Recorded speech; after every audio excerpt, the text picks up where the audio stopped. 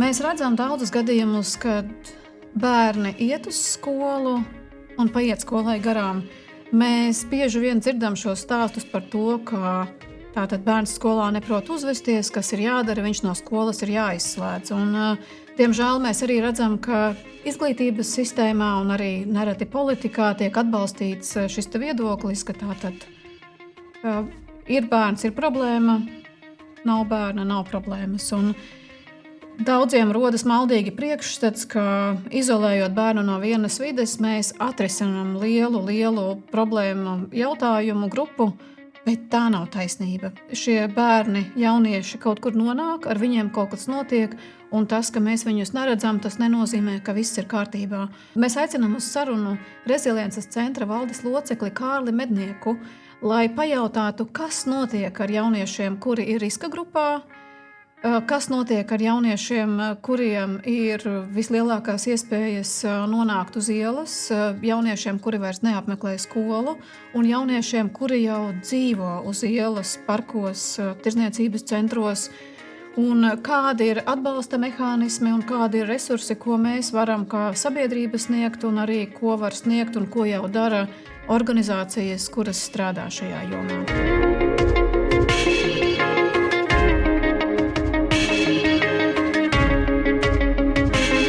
Kādu 2-3 gadu garumā tu varbūt esi pamanījis, ka sabiedrībā un it īpaši politiķu vidū ir diskusijas, ka bērni, kuri neprot uzvesties skolās, viņi būtu no skolām jāizslēdz.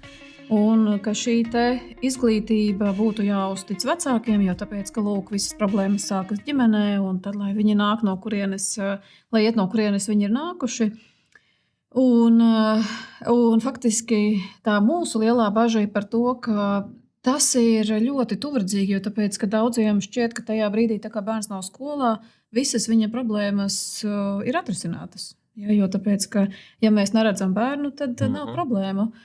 Bet es domāju, ka tu esi viens no tiem retajiem cilvēkiem Latvijā, kas tiešām redz šo jauniešu dzīves ceļu. Un vai tu lūdzu vari pateikt, kas notiek ar tiem jauniešiem, kuri dodas uz skolu un vienā dienā viņi saprot, ka viņi var uz to skolu arī neiet? Pirmkārt jau, ko es varu teikt, tu ļoti labi noraksturoji situāciju, ka tas ir ļoti tuvredzīgi. Jaunieti izslēgt no skolas un aizsūtīt viņu mājās. Mēs varam izslēgt no skolas. Jautājums, vai tiešām vecāki ir spējīgi nodrošināt šo izglītību mājās. Un, ja vecāki nav spējīgi nodrošināt izglītību mājās, pirmkārt, jautājums, vai kāds no vecākiem ir mājās. Jo neviens no vecākiem vai radiniekiem mājās uz vietas neatrodas, tas nozīmē, kur jaunietis iet laukā.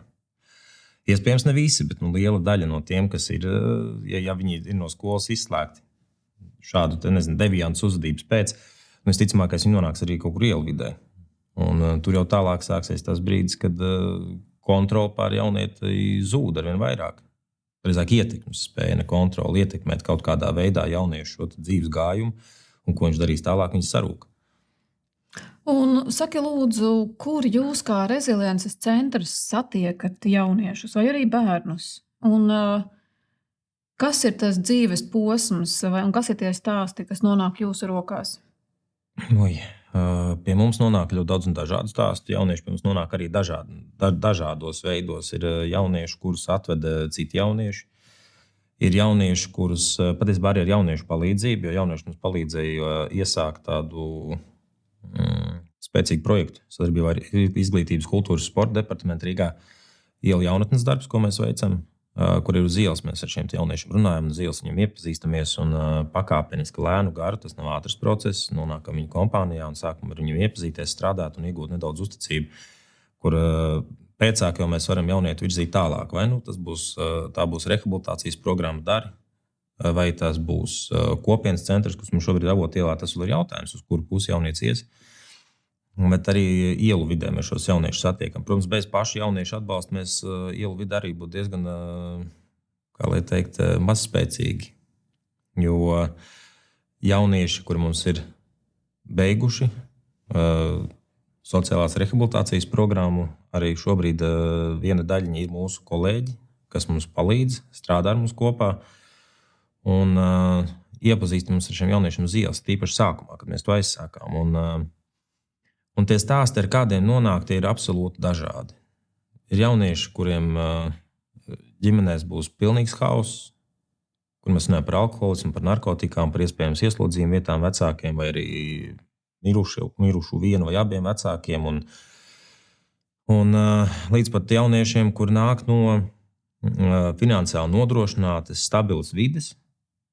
Un tik un tā ir sanācis dzīvē, ka viņš nonācis līdz mums, kad mēs viņu esam satikuši.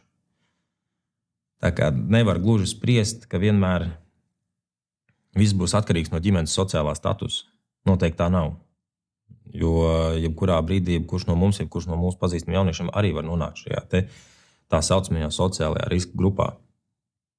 Jaunietim var pietrūkt tik vienkāršas lietas, pašsaprotamas lietas, kā attiecības. Kvalitatīvas attiecības ar pieaugušu cilvēku. Un ja viņas ģimenē nav tik stabilas vai vienkārši nav tas kontakts ar vecākiem tik spēcīgs, viņš meklē ārpusē. Un ja šī kontakta nav skolā, viņš meklēs viņu ārpus skolas, viņš meklēs ārpus skolas, un tur nav treniņi, tur nav citas nodarbes. Tad tā būs draugu vide, un tad draugi var ietekmēt dažādi. Arī pavisam pareizi jaunieši, kuri ir, es nezinu, kā pareizāk laikam pateikt, ļoti kārtīgi, labi mācās, apmeklē skolu, arī viņiem, jebkurā gadījumā, ir potenciāli liela iespēja nokļūt ielu jauniešu vidē. Un kas nosaka šo potenciālu? Kas ir tas solis no šīs ierastās vides?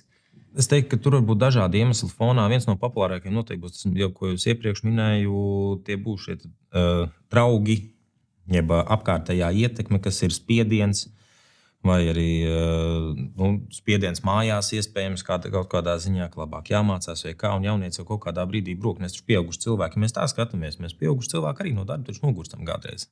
Mums gribas izraukties. Un pieaugušiem cilvēkam tomēr, jāsaka tā, mēs esam attīstītākie, mūsu personība ir stabilizējusies, un mēs varam nošķirt to, kad mēs atpūšamies un kad mēs atgriežamies darbā. Ja? No jaunietim vismaz līdz saviem 24 gadiem to būs salīdzinoši sarežģīti izdarīt. Un var gadīties tā, ka tas brīdis, kad atraujas nost un pamēģina kaut ko jaunu, iepatīkas labāk nekā tas iepriekšējais. Noķer brīvības sajūtu. Un saki, lūdzu, tu minēji arī šo te vārdu par kontroli, un tas ir tas, ko mēs arī redzam kā Uzvedība LV ļoti bieži, ka arī jaunieši, kas aug ļoti labās ģimenēs, kur uz viņiem ir milzīgas ekspektācijas, un kur vecāki nosaka ļoti daudz ko, kā tu izskatīsies, ko tu ēdīsi, kurā skolā tu mācīsies, un bieži vien tas, ko es jūtu, ko es nejūtu, un vai es mācos, vai es nemācos, un ko es daru skolas laikā vai pēc skolas, paliek vienīgais tāds aspekts, ko viņi var kontrolēt. Tad, diemžēl, šī kontrole var ieņemt tādu negatīvu lejupējošu spirāli. Jā, tieši tā. Un saki, lūdzu, kā tu redzi, cik gados vai kādos vecuma posmos jaunieši nonāk līdz tevis, varbūt arī ne tikai līdz reziliences centram, bet vispār kā tādam, kā tu redzi, kuros posmos jaunieši izkrīt ārā, kuros posmos mēs kā sabiedrība viņus sākam zaudēt? Man gribas teikt, ka šeit būs dažādi atkarībā no tā stāsta. Katram personīgā, kas ir fonā, mēs saskaramies būtībā rehabilitācijas programmā, pie mums nonāk 13 līdz 17 ieskaitot vecums, kur jau ir tāds diezgan stabils, tas ielikts jau tas pamats tajā situācijā, lai viņi būtu tādi, kādi viņi ir.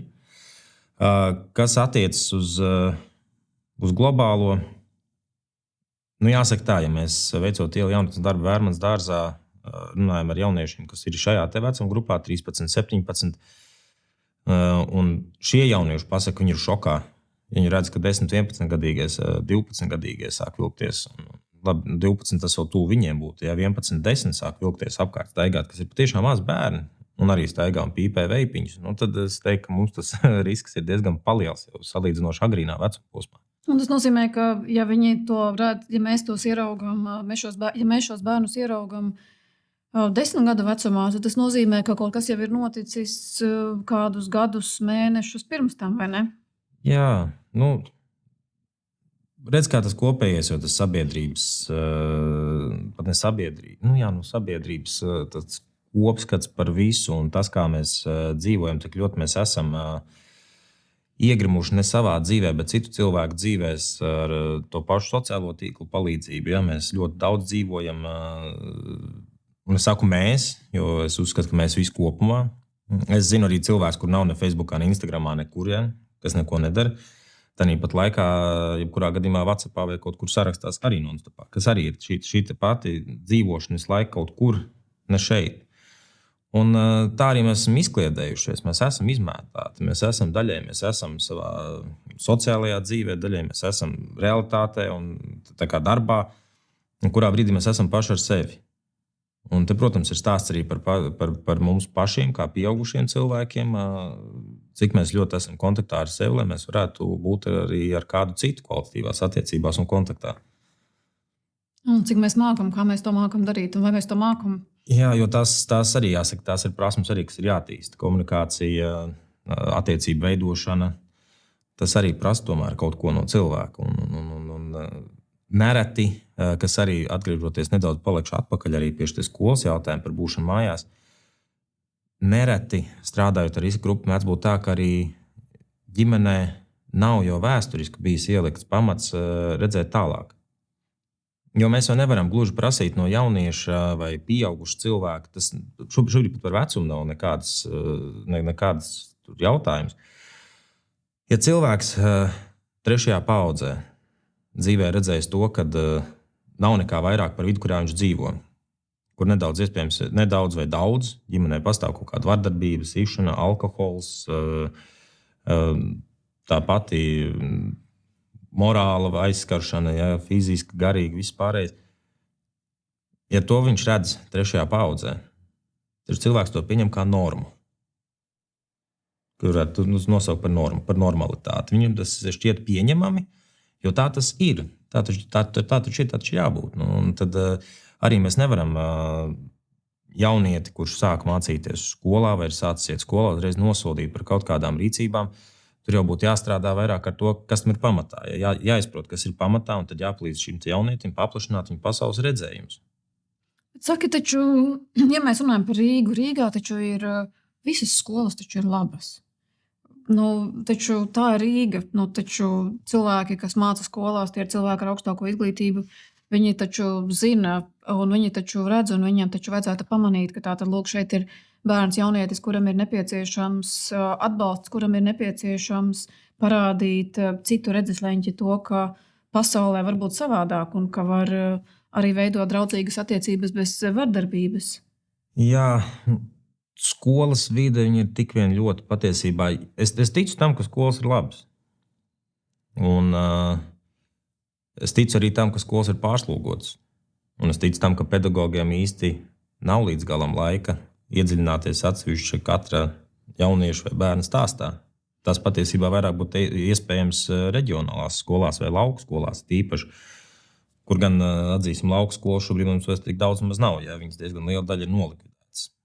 Ja mēs tā skatāmies vēsturiskā griezumā, kur varēja, pieņemsim, ja klasē tev ir tikai 7 bērni, tu vari ar viņiem strādāt pilnvērtīgi. Tu ar katru bērnu var aprunāties un katram var palīdzēt. Ja mēs runājam par klasi, kurā mums sēž 30 jaunieši, un ir viens skolotājs, kurš stāv klases priekšā, un ir noteikti mācību viela, kas ir jāiemācās visiem 30 pēc idejas, tad, ja skolotājs sāk izteiktāk kavēties pie 1 vai 2, 3, 4, kur nesaprot, pārējie nevirzās uz priekšu mācību vielā, un tur mēs saprotam, ka skolotājiem ir iedots. Skolotājiem sanāk, es pat nevaru iedomāties, kā to var izdarīt. Es tiešām nesaprotu. Un ir skolotāji, kam tas izdodas. Un tur vienkārši aplausa cepuri nost. Tāpat laikā būsim reāli. Mums šobrīd Latvijā mēs skatāmies, mums ļoti liela daļa skolotāju, ļoti liela daļa ir pirmspensijas vecumā. Un, ja mums nenāks vietā jauna pedagoga un pedagoga status tāds sabiedrībā netiks nostabilizēts kā tomēr kaut kas prestižs patiesi, es domāju, ka mēs nonāksim smagās problēmās ar skolotājiem kā tādiem, ar pedagogiem. Būs ļoti smags iztrūkums. Es tev varu pastāstīt, kas ir šī formula. Ir tāds Roberts Plevins, kurš ir izveidojis tādu apli, kas pasaka, kas ir nepieciešams, lai bērns justos labi skolā un lai samazinātu tās uzvedības problēmas skolā. Un tās ir tādas 4 lielas grupas.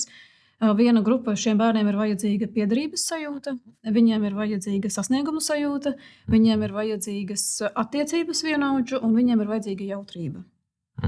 Un tajā brīdī, ja klasē nav kāda no šīm te sajūtām, tā skaitā arī tā pati sasnieguma sajūta, ja bērns nespēja saņemt šo te sasnieguma sajūtu tādā veidā atbilstoši savām prasmēm, lai par viņu klasē nesmietos un lai pedagogs arī noregulētu vidi, lai bērns tiešām arī visvājākais bērns justos, ka viņš ir kaut ko sasniedzis, tad viņam nebūs vajadzība pierādīt šo te un dabūt sasniegumu sajūtu savādākā veidā un tādā veidā, kurš diemžēl aizved pie tā, ka viņš no skolas tiek izslēgts. Ir sarežģīti. Tiešām, es saprotu, princips ar šiem 4 punktiem viņš būtībā strādā gan jebkur. Jā, tāpēc es arī tev saku. Strādā arī pieaugušam cilvēkam darbā patiesībā. Mums arī vajag tomēr nedaudz jautrību arī strādājot. Mēs nevaram būt slēgti nenormāli nopietni. Kaut kur jābūt dzirkstīgi visā, ko mēs darām. Un, pedagogam nav viegls uzdevums. Bet tas ir tas pats par to arī par piederības sajūtu. Jo tāpēc, ka tajā brīdī, ja bērns nedabūs šo piederības sajūtu mājās, jo tur īsti citreiz tiešām nav kam piederēt, jo, kā tu arī minēji, vecāki vienkārši var arī nebūt. Viņi var nebūt fiziski, vai viņi var nebūt vienkārši klātesoši. Jā. Ja viņš nesaņem šo piederības sajūtu klasē, tad viņš viņu meklēs kaut kur citur. Jo tā ir viena no pamatvajadzībām. Es nedaudz par šo jautājumu, ko jaunieši mums tika veikts pētījums projekta ietvaros. Es par pašu pētījumu metodoloģiju tieši daudz nestāstījuši. Īsumā tie ir jaunieši, respektīvi atlas, kā tika veikta. Tie ir cilvēki, kuriem ir piedzīvota cilvēktiesību pārkāpuma pieredze, kuri vēl ir spējīgi reflektēt un formulēt savu redzējumu. Un tad būtībā pētījums ir veikts uz ielas. Strādājot ar ielu jauniešiem, kolēģi gāja, runāja ar ielu jauniešiem. Viņi pati darbojas ar ielu jauniešu darbā tajā periodā. Un es šķiršu pāri diezgan strauji uz to tālāko. Un interesanti, kas arī parādās, kur tas ticis diskriminēts. Un šeit mēs runājam tieši par Latvijas datiem, par jauniešiem, kur šobrīd atrodas uz ielas. Numur 1, viņš ticis diskriminēts skolā, ko mēs jau saprotam uzreiz jau, par ko mēs runājam šobrīd. Otrs ir kompānijā esošajā, tad ir internets, 4. vietā ģimene, draugu lokā 5. vieta un 6. vieta darbs. Bet skola ir 1. vietā. Skola ir smuka 1. vieta. Un kas visbiežāk diskriminē citus? Pirmais parādās pusauģi paši savā starpā. Tas ir tas, kur pedagogs man šķiet ir ļoti sasietām rokām, jo šobrīd jaunieši var atļauties. Esmu to redzējis, un man tas šķiet absolūti nepieņemami. Jaunietis var piecelties un izrādīt klaju necieņu skolotājiem pārējo priekšā. Un būtībā rokas ir diezgan ļoti sasietas tādā situācijā. Bet tomēr visbiežāk diskrimināciju veids pusauģi, nepazīstami cilvēki, pieaugušie skolotāji. Tas ir tā ir tā secība, kas ir arī vecāki šajā sarakstā nonākuši, kas diezgan bieži ir diskriminācija pēc jauniešu domām. Un drošā vide šeit arī parādās, ka mēs runājam, kur jaunietis var nonākt, kad viņš nav skolā. Pie drošās vides 33% respondentu atbild, ka tās ir mājas. Tikai 33%. Tikai 33%.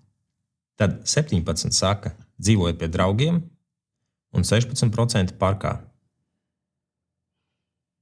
Un tad ir nākamie 9, kas saka ārpus mājām, nākamais ir tirzniecības centrā, nākamais ir mikrorajonā, 7% saka skolā, 1% saka cits variants.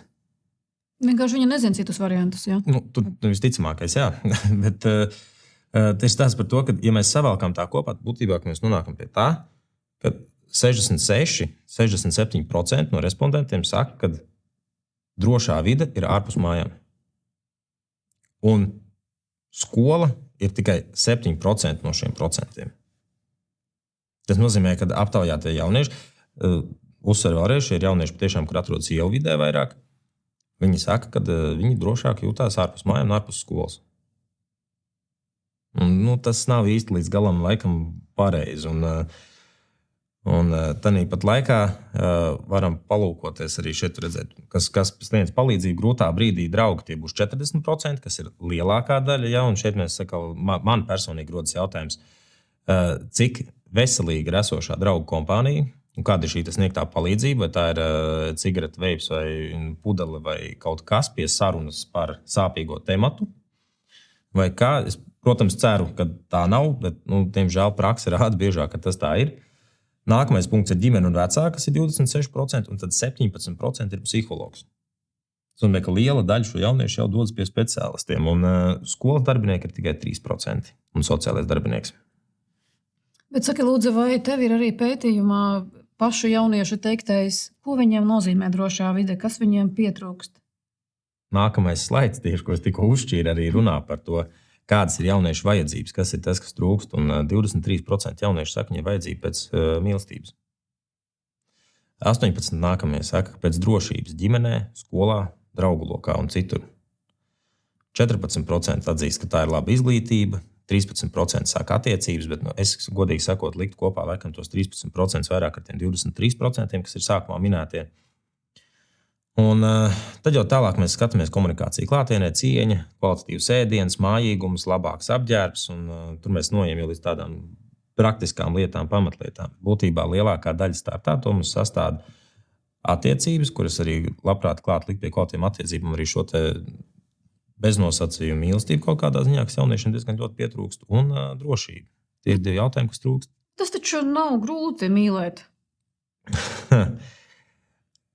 Tas ir spēcīgi teikt, ņemot vērā to, ka šie jaunieši, viņiem lielai daļai ir devianta uzvedība, vienai daļai arī nav.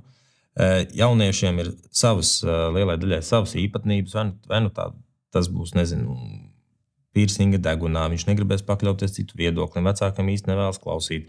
Iespējams, tādēļ, ka viņš nav nekad uzklausīts. Jā, bet, tur ir tik vien daudz to dažādo pušu, un šis jaunietis ir jāpieņem. Un, sākot strādāt ar jauniešiem, reiz vien mums ir tā, ka jaunietis nāk, darbojas ar mums kopā, un tad viņš vienā brīdī tā kā izgaist gandrīz. Viņš pazūd. Ja? Bet ko mēs darām? Mēs durvis netaisam ciet. Tā, runājot, ja pārnestā nozīmēs durvis netaisam ciet, durvis paliek vaļā vienmēr. Un jaunietis, kurā brīdī ir atgriezties. Un mēs periodiski pat viņam padosim ziņu, kā tev iet, vai viss ir kārtībā. Un stāsts ir par to, ka bez pārmetuma mēs ejam pie jauniešu. Tas ir tas, par ko mēs runājam arī resiliences pieejā kā tādā.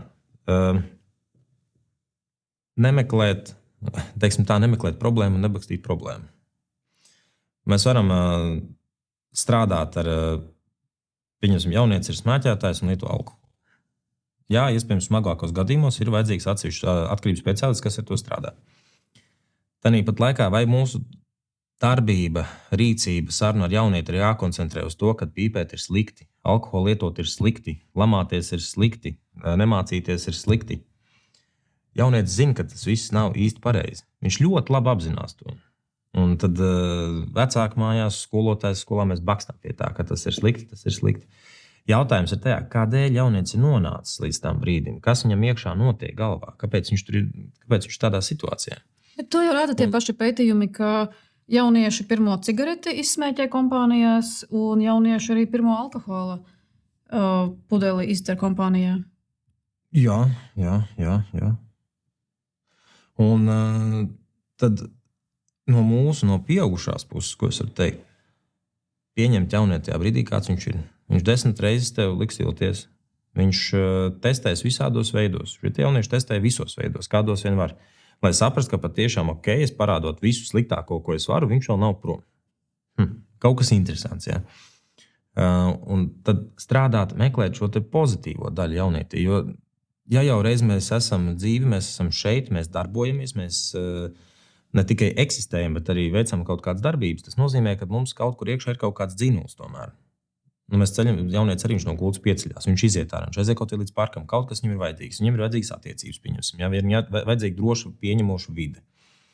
Viņš šo vidi ir atradis tur. Un to es arī absolūti varu saprast. Ja mēs aizējam kaut kur mēs jūtamies labi, droši, pieņemts, mēs varam izteikt savu viedokli, mums neviens par to nepārmet. Mēs varam justies brīvi, mēs varam izpaust visas savas emocijas, jūtas un agresijas un visu pārējo. Neviens tev par to neaizrāda. Tev joprojām ciena, vai ne? Jā, un tev nav neviena pārmetuma. Taču izcili. Tā ir drošākā vide, kurā var nonākt. Skatoties ar tādām acīm. Ja? Protams, no malas paskatoties, kā mēs to redzam, tā nav droša vide, kur atrodas. Ja tas pats Origo vai Vērmanas dārzs vai Ziedoņu dārzs vai, es nezinu, Akropola tirzniecības centrs, kurš šobrīd ir ļoti salīdzinoši populārs, tāpat arī Spicēm brauc mūsu cilvēki, iela jaunatnes darbinieki, un Spicē ar jauniešiem iepazīst. Šobrīd esmu šogad uzsākuši iepazīties strādāt. Tas apjoms ir milzīgs, bet stāsts vienalga paliek fonā par tām attiecībām, par drošām, pieņemošām attiecībām. Saki, lūdzu, un tad tava komanda un pārējie, kas strādā šajā jomā, viņi izveido šīs attiecības un tālāk. Kas notiek ar šiem jauniešiem? Un tad viņi dodas uz skolu, smuki saķemēti un nerunā pretī pedagogiem vairāk. Nē. Te ir stāsts par to, ka viens redzējums ir tas, ko gribētu ieraudzīt vecāki, ja tāda ir, vai atbildīgā persona par jaunieti, ir viens redzējums, ko gribētu ieraudzīt skola, ir viens redzējums, ko iespējams gribētu ieraudzīt mēs, un ir nākamais redzējums, ko grib ieraudzīt pats jaunietis.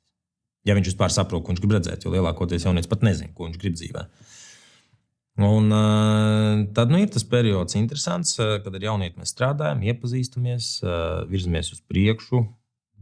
Pirmais periods arī ir jaunieti strādājot, mums vairāk ir virzīts tajā virzienā, lai izprastu viņu, lai viņš iekļautos grupā. Mums pārsvarā notiek grupu nodarbības, tā saucamā grupu terapija, kur grupā tiek strādāts kopā ar jauniešiem ar dažādām aktivitātēm un uzdevumiem. Un pakāpeniski virzoties uz priekšu, jaunietim arī startā, starp citu, mentors tiek piesaistīts, kas strādā ar jaunieti, un ir viņa šī uzticības persona blakus, kas viņam atrodas šajā ceļā, kad viņš iet cauri programmai. Un tad jau, kā kuram jaunietim, ir citi jaunieši, kur ir smags kritums uz leju un pēc tam kāpiens uz augšu. Ir jaunieši, kur uzreiz ir kāpiens uz augšu, pēc tam kritiens uz leju un tad atkal uz augšu. Jo viss jau neiet dzīvē vienā līknē. Un tas, lai skolā uzlabotos atzīmes uzreiz, tas būtu tā baigi neiespējami.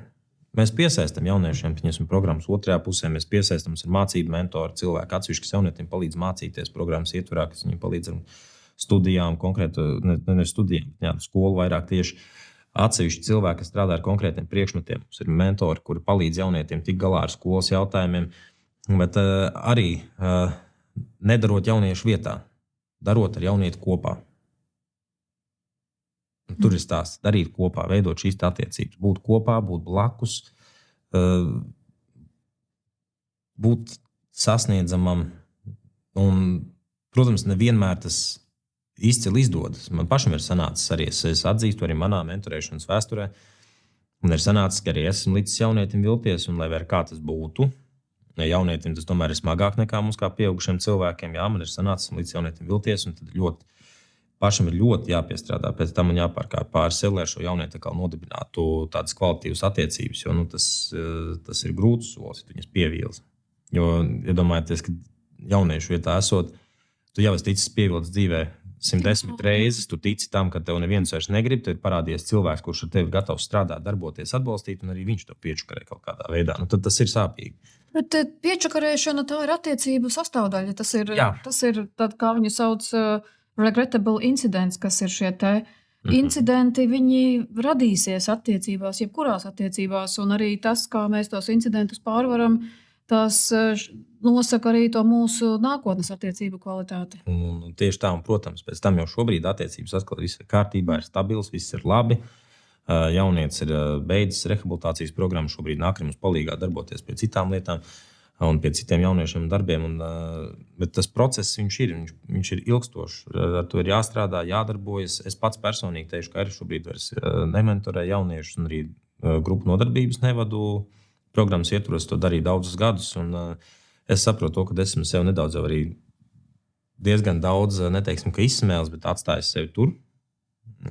Devis jauniešiem, saņēmis arī atpakaļ, protams, jo vislielākais apbalvojums no darba ar šiem jauniešiem ir, ja jaunietis pēc gadiem 2, 3, 4 vai 5, to pienāk klāt, viņi satiec uz ielas, viņš pasaka paldies. Un tas ir tas brīdis, kas ir visspēcīgākais visā tajā, kad jaunietis pasaka paldies. Jo tur blakus nestāv, mēs nerunājam par kaut kādiem finanses līdzekļiem vai ko tam līdzīgi, tā ir tā piepildījuma sajūta, jo es ticu tam, ka mēs arī tas kolēģis sastāvs, kas mēs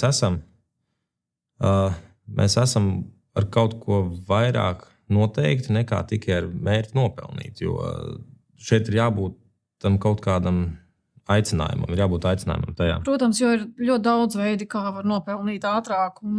Protams, un vēl viens bez komandas to darbu nevar izdarīt. Cik liela komanda jums ir un kas ir šī komanda? Mums komandas sastāvs, ja mēs rēķināsim visus mentorus klāt, visu, kas mums ir, kas darbojas, mēs būsim pār 30 noteikti.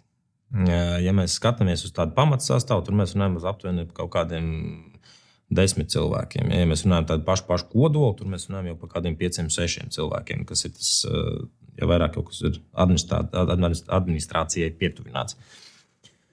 Un jaunieši, cik jūs redzat lokā ir? Precīzi to redzesloku būs grūti nosaukt. Šobrīd rehabilitācijas programmas ir beiguši jau vairāk kā 100 jaunieši. Šobrīd 30 jaunieši vēl mums atrodas rehabilitācijas programmā. Katru gadu mēs uzsākam divas šīs grupas. Šobrīd ir dari 11 un dari 12. Divas grupas tā iemesla pēc, ka mums Krievu plūsma ir atdalīta no latviešu plūsmas. Eksperimentējām kopā liekot sākumā, nestrādā, liekam atsevišķi. Pēc tam vēlāk mēs viņus sapludinām jau kopā. Uz vienu grupu. Bet startā tomēr ar šīm grupām ir jāstrādā atsevišķi, lai grupas nostabilizētu mentālo stāvokli un varētu arī savienot. Jā, es ļoti labi saprotu to, jo tāpēc, ka arī valoda ir īpaši, ja tu esi sarežģītās situācijās, ir svarīgi, vai tu saproti sevi un kā tu spēj formulēt un kā tu spēj komunicēt ar citiem par ļoti, ļoti sarežģītām tēmām, jo tu jau minēji to, ka bieži vien šiem bērniem nav vārdu, lai viņi izstāstītu, kas viņos notiek un kas ar viņiem notiek. Un par attiecībām es tev gribēju pateikt paldies par vienu stāstu. Tev izstāstīšu vienu stāstu, kuru tu nezini. Jā, bet ko tu arī minēji par šīm attiecībām, mēs kā uzvedība LV, mēs redzam vecāku daļu. Un mēs redzam vecākus jau ļoti ātri, mēs redzam viņus, tā, ka viņi nāk pie mums un saka, bērnam ir grūtības 3 gadu vecumā un tālāk 5 gadu vecumā. Un mēs redzam bieži vien šos vecākus, kuri, es esmu saglabājusi numuru, piemēram, zvanot mamma, bērnam 3 gadi, un tagad man zvana tieši tas pats numurs, mamma, bērnam 3 gadi, un viņa saka, labdien, man ir 11 gadus veca meita, un viņa neiet uz skolu. Man ir tāds, ka bet ir 8 gadi pa vidu, un kas ir noticis par šiem 8 gadiem? Un viņa saka, mēs domājām, ka varbūt tas pāries, un varbūt, ka kaut kādā brīdī kaut kas uzlabosies ar tīņa vecumu, kas sāksies, tad uzsūksies problēmas, un tu jau redzi. Un tad ir caur šiem stāstiem vecāki, un pirmsskola redz, ka bērnam ir eksplozīva uzvedība jau bērnu dārzā, un bērnu dārzam ir ģeniāla ideja. Viņi saka, klausieties, jūsu bērns ir tik gudrs, tikai viņš neprot uzvesties. Viņam bērnu dārzā ir garlaicīgi. Un ko dariet? Ejiet uz skolu. Un šie bērni ļoti ātri nonāk skolā, viņi ļoti ātri nonāk skolā bez jebkādām sociālajām prasmēm, toties viņiem ir intelekts. Un cilvēki bez sociālajām prasmēm, bet ar izcilu intelektu var darīt ļoti daudz labas lietas, bet viņi arī var sagraut ļoti daudz. Un mēs redzam vecākus, kuri ļoti cīnās, lai ātri šo bērnu izgrūstu cauri izglītības sistēmai, ka tikai viņš nepaliktu 2 gadu. Ko par mums padomās, jā? Un kas notiek? Bērnam ir piemēram 16 gadi, bieži vien knapi 16 gadi, un viņš to 9. klasi ir ar dievus pusēm izmocījis. Eksāmeni bieži vien viņam nav likti, viņš ir atbrīvots no eksāmeniem. Un ko tālāk? Un tad ir tāda lieta, ka es satiku vienu mammu, kurai es esmu sakojusi līdz šim te posmam, un bērnam ir tiešām ārkārtīgi smaga opozicionāla uzvedība. Un viņa saka, jā, bērns sēž mājās, un viņš nav jau gandrīz pusgadu vispār nevienu reizi bijis uz ielas. Un es redzu šos vecākus pēc tam tālāk, jo tāpēc, ka tas bērns, viņi var nodzīvot 10 gadus, 20, 30 gadus mājās, neizejot uz ielas, un viņi paliek par pieaugušiem vīriešiem, kuri neprot sev ēst uztaisīt, un mammai vienā brīdī piemeklē mikroinsults vai insults, un viņa nomirst, un tas bērns tik un tā nonāk uz ielas. Un mēs brīnamies, kāpēc Latvijā ir tik daudz jaunieši, kas rakājas par miskastēm. Bet kāpēc es to visu stāstu, un kur ir mans lielais paldies tev, ka attiecībā uz šo jaunieti Mamma saka, jā, ka viņš vispār uz ielas neiet, viņš nevienu negrib redzēt, visi viņam liekas pilnīgi dumji, bet no reziliences centra tik un tā viņam zvana un saka, hei, varbūt, ka tu šodien atbrauksi pie mums, varbūt, ka šonedēļ tu atbrauksi, tu šonedēļ nebrauksi, labi, tad nākamnedēļ piebrauc klāt. Un faktiski šī te cerība, tas, ko es redzu gan no mammas puses, gan arī no tā jaunieša puses, viņam ir svarīgi tas jūsu zvans, pat tad, ja viņš nav tagad gatavs doties ārā, un varbūt, ka viņš nebūs rīt gatavs, un varbūt viņš nebūs nākamēnes gatavs, bet tas, ka jūs esat, un tas, ka tas zvans ir, kad es jūtu, ka faktiski šajā brīdī jūs esat tāds vienīgais pavadiens, ka nedod Dievs kaut kas notiks ar to mammu, un tur būs kritiens, kas arī viņa varēs uzķert. To man patīk salīdzināt ar to, ka jaunietis sajūt nedaudz to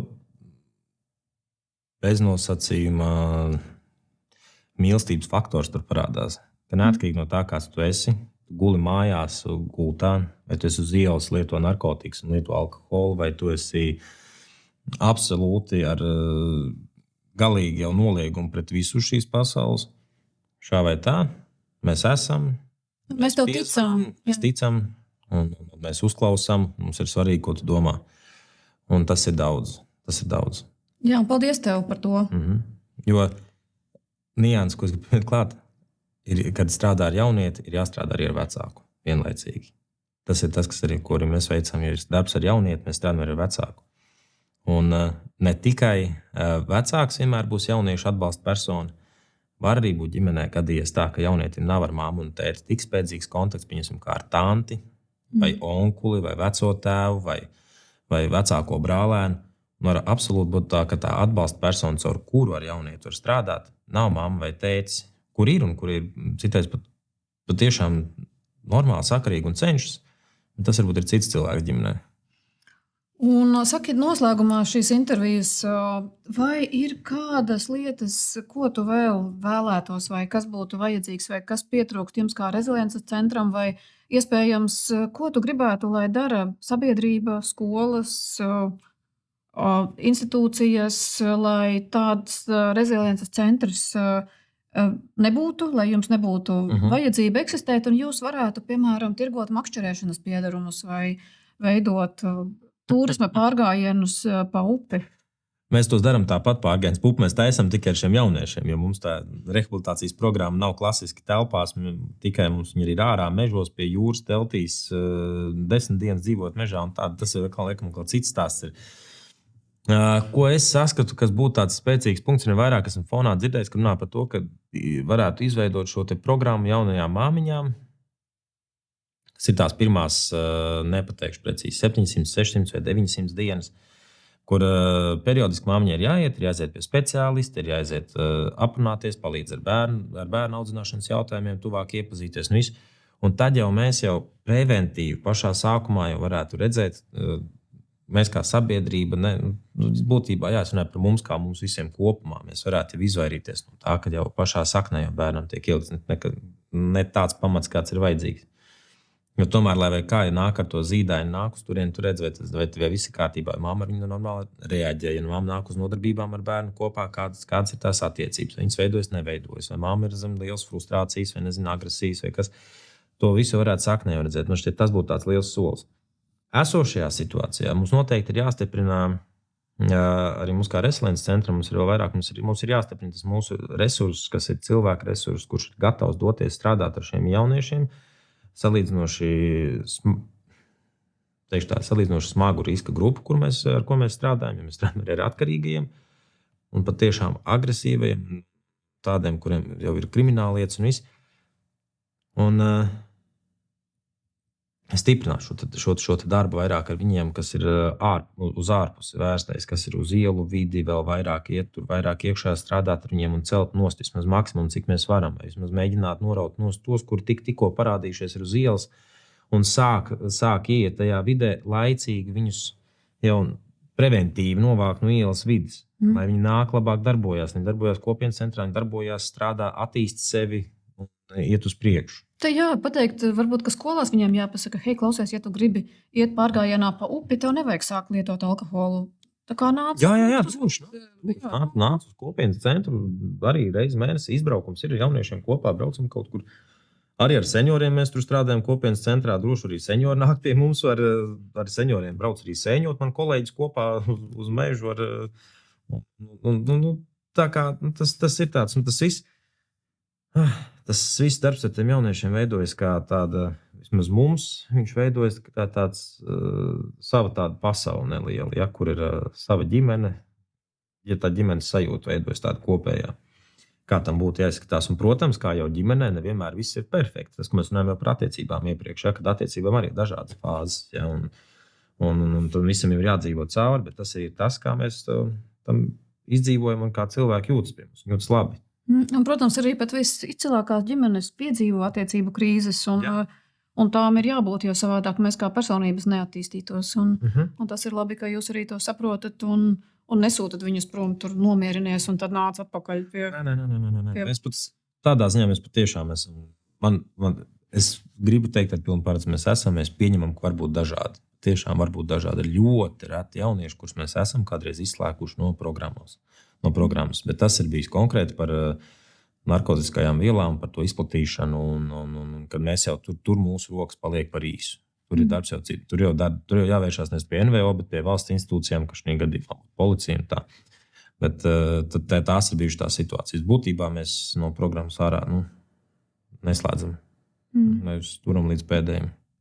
Un tas ir arī jautājums, protams, es domāju, ka tas ir jautājums par identitāti, vai ne? Vai kā jaunietis var caur jums arī iegūt jaunu identitāti, jo es esmu bijusi jūsu pasākumos un nometnēs, un es esmu redzējusi tos jauniešus, un atklāt sakot, bet tā iebraucot iekšā un ejot kopā pārgājienos, man nekas neliecināja, ka tie būtu jaunieši ar izaicinājumiem. Viņi izskatījās un uzvedās pilnīgi kā jebkura cita nometne, kurā es esmu strādājusi, un atklāt sakot, es Reziliences centrā piedalījos pasākumos, tad, kad es nemaz nezināju, kas šī ir pa jauniešiem, un arī nekas tajās dienās neliecināja, ka tur kādi lieli izaicinājumi būtu. Šeit ir stāsts arī, ko es minēju raidījuma sākumā jau vairāk par šo te redzesloku paplašināšanu. Ja mēs paplašinām redzesloku, rādām cilvēku, mēs nevaram ar varu iemācīt dzīvot citādāk. Mēs nevaram ar varu vispār cilvēkam kaut ko iemācīt. Cilvēks izvēlās, vai viņš to pieņems vai nepieņems, vai viņš ies uz priekšu vai neies uz priekšu. Tas, ko mēs varam darīt, mēs varam rādīt citu ceļu. Mēs varam rādīt, jebkurš no mums, kā cilvēks, rādīt veidu, kā dzīvot citādāk. Kā pieņemt. Kā risināt problēmas. Kā risināt problēmas un kā virzīties tālāk. Kā veikt izvēles.